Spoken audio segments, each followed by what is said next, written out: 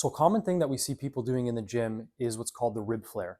So that's when anytime that you're doing anything standing up and you lose spinal stability and your ribs point forward, right? So for example, if you're doing something like an overhead press, right?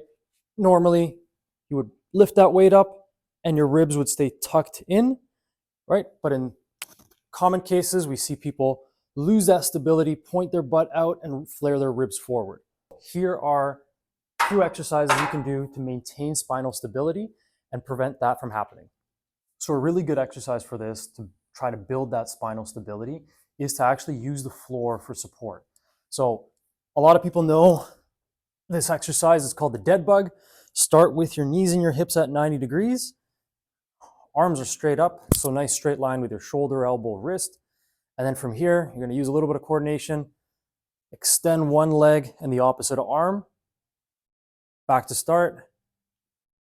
And repeat on the other side. If you're not able to do that exercise, here are two variations that I want you to try before you get to doing this one.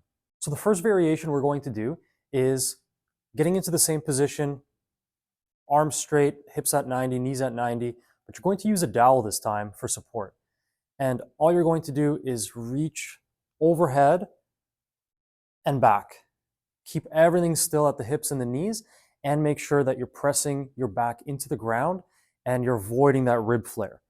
We tend to see people as they reach overhead, their ribs tend to flare out just because they don't have that spinal stability. If that does happen, just reset it and press into the ground. Make sure to keep that engaged the entire time. So second variation is same start position. We're still using the dowel, but this time we're extending one leg at a time.